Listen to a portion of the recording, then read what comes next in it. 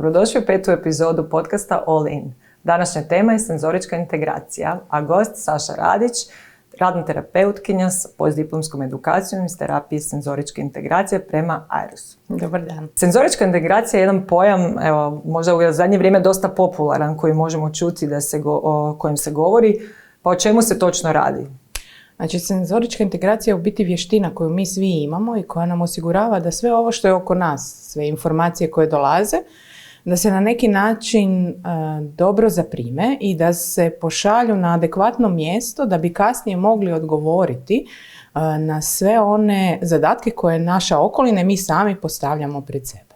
Sad imamo situacije, često možemo vidjeti kada je dijete zločesto, kada je dijete nepristojno, roditelji se dolaze vama sa upitom što se događa, da li je zaista moje dijete nepristojno, zločesto ili je to možda nešto drugo?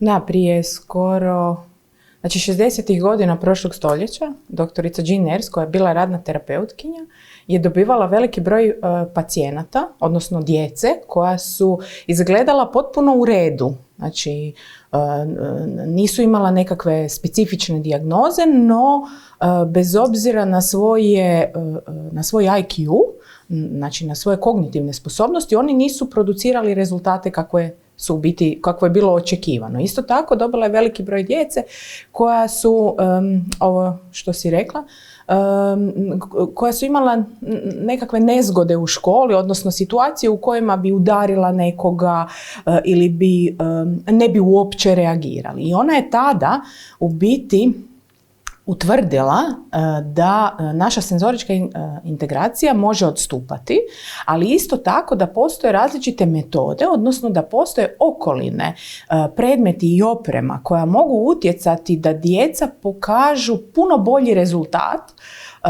kada sudjeluju u njima svrhovitim aktivnostima.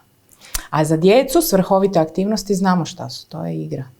Prije nego krenemo dublje u tematiku, ajmo prvo razlučiti koja osjetila postoje kod čovjeka. Da. Ja sam sad nedavno imala jednu situaciju, imam 9-godišnje kćerke koje idu u 2. razred osnovne škole i ja kao stručnjak koji se bavi senzoričkom integracijom znam da danas znamo da postoji 7 osjetila, no u školi, one su me informirale, još uvijek se uči samo 5.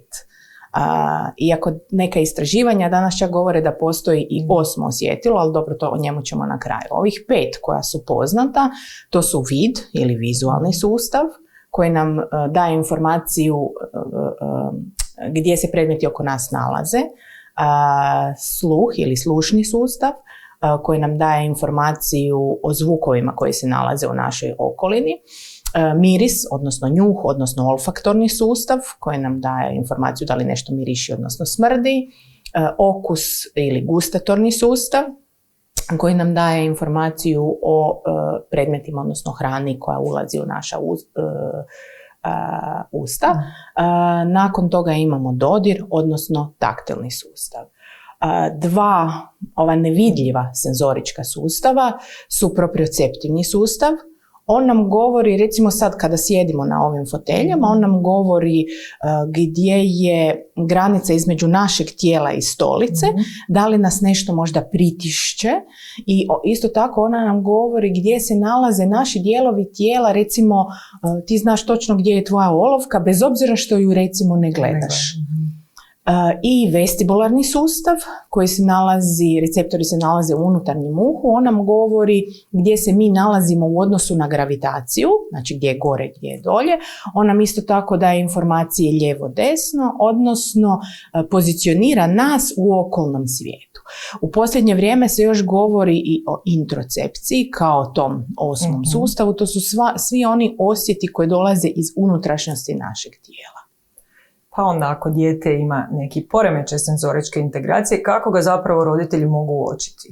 Znači, ovisno o dobi. Ako gledamo male bebe, onda se najčešće odstupanja senzoričke integracije uočavaju po ovim svakodnevnim aktivnostima, tipa po hranjenju, po spavanju, po recimo pretjeranoj iritabilnosti, odnosno pretjeranom plakanju. U ovoj nešto starijoj dobi najčešće ćemo uočiti odstupanja senzoričke integracije opet po hranjenju i spavanju, ali isto tako i po drugačijem učenju nekakvih motoričkih miljokaza ili drugačijem savladavanju okoline u kojoj se dijete nalazi. U školi ćemo više uočiti po tome da dijete recimo ne može pratiti što mu se dešava na ploči ili recimo ne može sjediti dulji vremenski period za stolom ili ne može recimo ulaziti u interakcije sa svojim vršnjacima ili ne može sudjelovati. Najčešće u biti u sudjelovanju u igri sa drugima.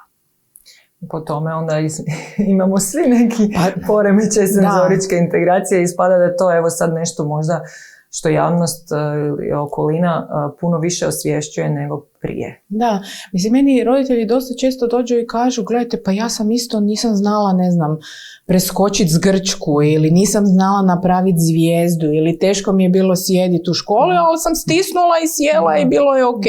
Mislim, zašto nećemo njih sad stisnuti? Mislim, stvar je u tome da Ers je o tome pričala još u 60. godinama kada dijagnostičke metode su bile malo drugačije od ovih danas. Danas se stvarno zna da u pozadini tih određenih odstupanja postoje baš i neurofiziološki razlozi. Recimo, mislim da je jedno posljednje istraživanje koje sam čitala vezano za taktilnu defanzivnost, recimo. To je isto jedan od poremećaja koji dolazi iz tog spektra senzoričke integracije. To je kad djeca ne mogu se igrati sa različitim taktilnim predmetima. Recimo, ne žele uzeti plastelin, ne žele gnjecavu hranu, ne žele hranu koja ih iznenadi u ustima. I uočili su da je drugačija aktivnost kože kod djece sa takvim odstupanjem nego djece, recimo, bez takve dijagnoze. I koja je zapravo onda, kako izgleda terapija? Na koji način možemo pomoći djetetu koji ima problema u senzoričkoj integraciji? Da, Zoe Mayo je inače jedna od radnih terapeutkinja koja je radila sa Jean Ers i jedna je od terapeutkinja koja u biti provodi edukacije u Republici Hrvatskoj iz terapije senzoričke integracije. Ona je sad baš i nedavno rekla stop guessing, start assessing.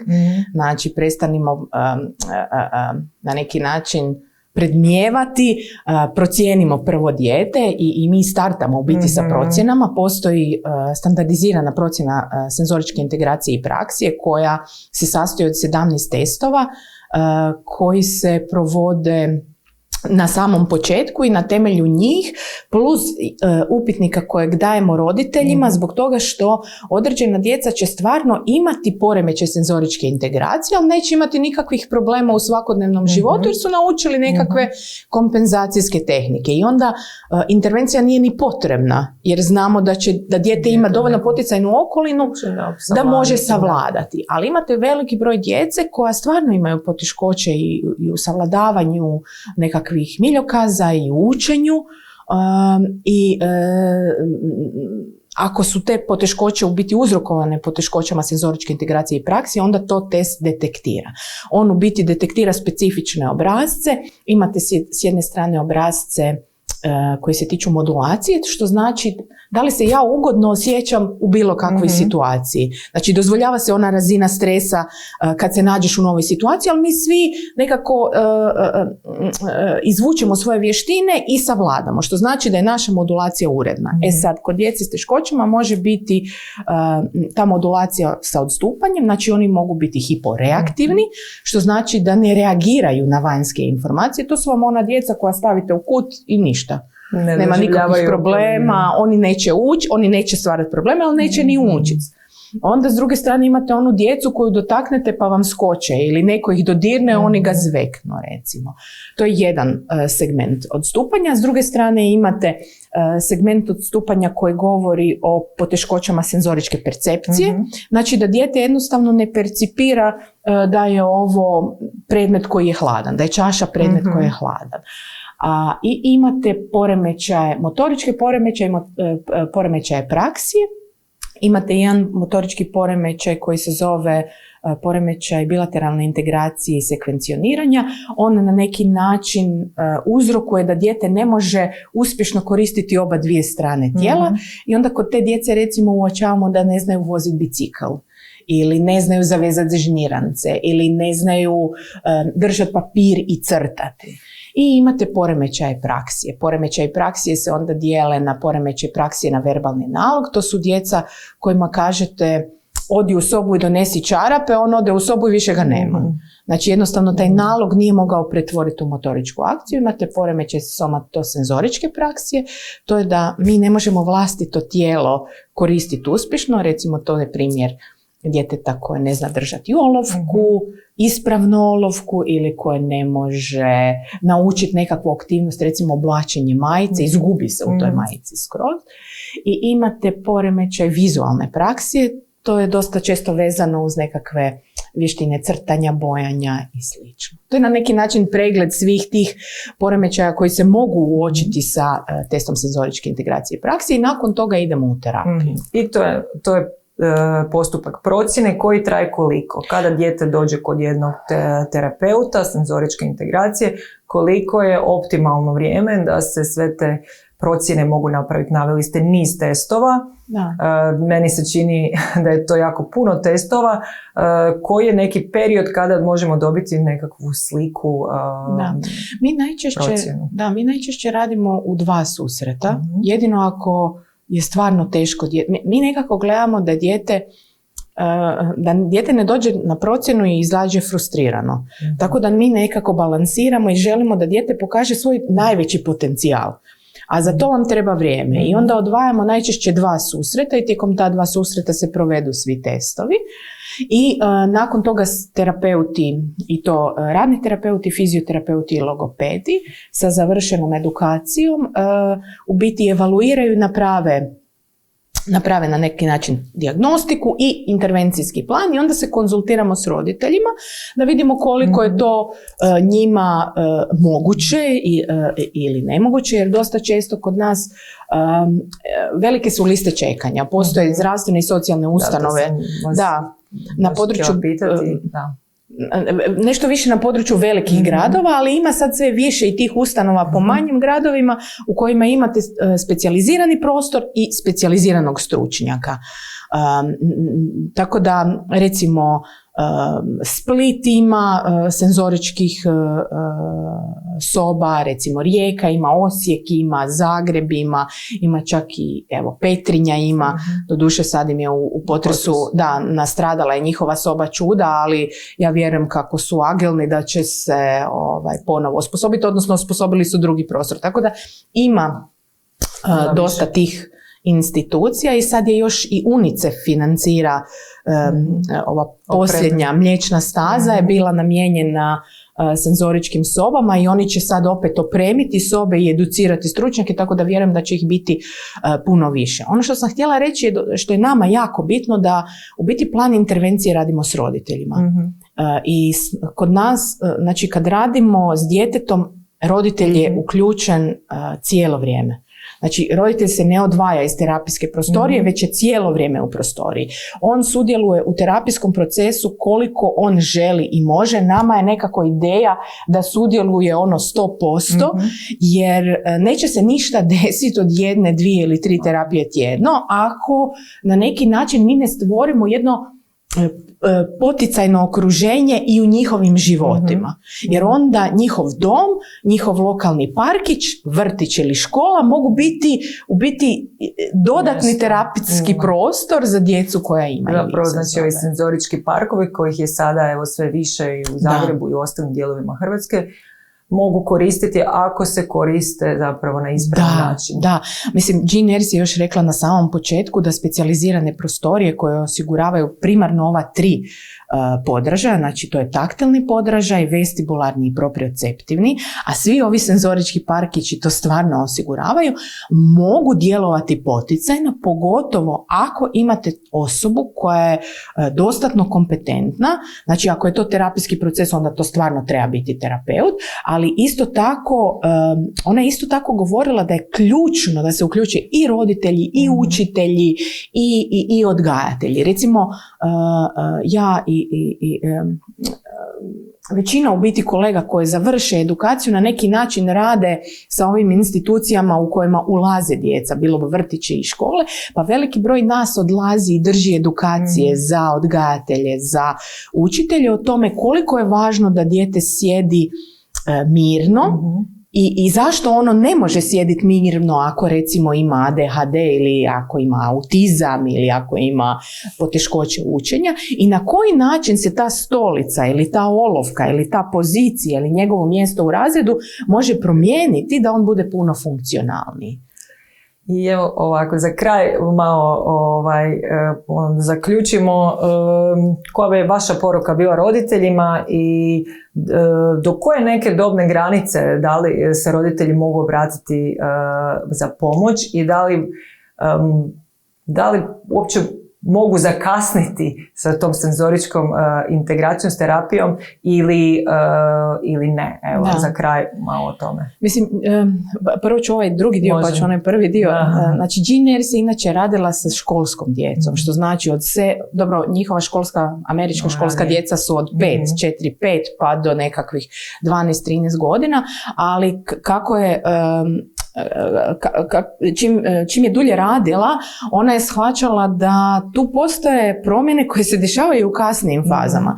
Mala digresija, ja sam bila prije par godina s jednim kolegom na kongresu, jedna naša kolegica iz Hong Konga, koja je inače radila u pedijatrijskoj praksi, dobila je novi posao u staračkom domu i sad ona otvara prezentaciju, a na prezentaciji stoji senzorička integracija u staračkom domu i nas oba dvoje smo pomislili ova nije baš čista, ali šta se ispostavilo, ona je, kako je Kina i cijeli taj istočni svijet, vrlo se brinu za svoje starije, ona je radila s demencijama i koristila je senzoričku opremu i postigla je takve rezultate da su oni bili puno dulje usmjereni na zadatke u kojima bi recimo tipa na hranjenje, na komunikaciju, manje su se gubili.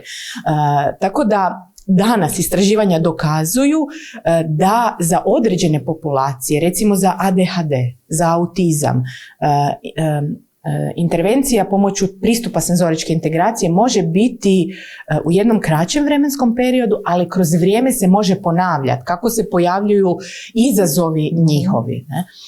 Tako da ja ono što bi rekla da kao prvo djeca moraju imati dovoljno aktivnosti igre, a sam pristup i općenito igra i parkovi i na neki način poticajna okruženja mogu osigurati da dijete u biti savladava sve ono što bi trebalo savladati. Jer mi ne moramo uzeti olovku i pisati da bi dijete naučilo pisati. Mi to sve možemo napraviti kroz igru, u parkiću ili na nekakvoj ljuljačci ili na penjalici, savladavajući one neke druge vještine tipa dobre posture da bi mogao sjediti i recimo pisati. I ono još jedna teorijska postavka koja dolazi iz terapije senzoričke integracije, da dijete mora biti intrinzično motivirano. Znači, ništa u terapijskim prostorijama ne radi se na djetetu. Mi ne uzimamo utege i stavimo mu na noge ili mi ga ne stavimo na ljuljačku pa ga sad njišemo, nego dijete je to koje samo odabire aktivnosti. A mi mu stvaramo okružje u kojem će ono odabrati čak i one aktivnosti koje su mu teške. Pa evo, to bi možda bila i neka poruka za kraj, da stvaramo poticajnu okolinu za dijete i na tome radimo zajedno sa stručnjacima. Da, točno. Hvala vam, dragi gledatelji, što ste bili u još jednoj epizodi podcasta All In.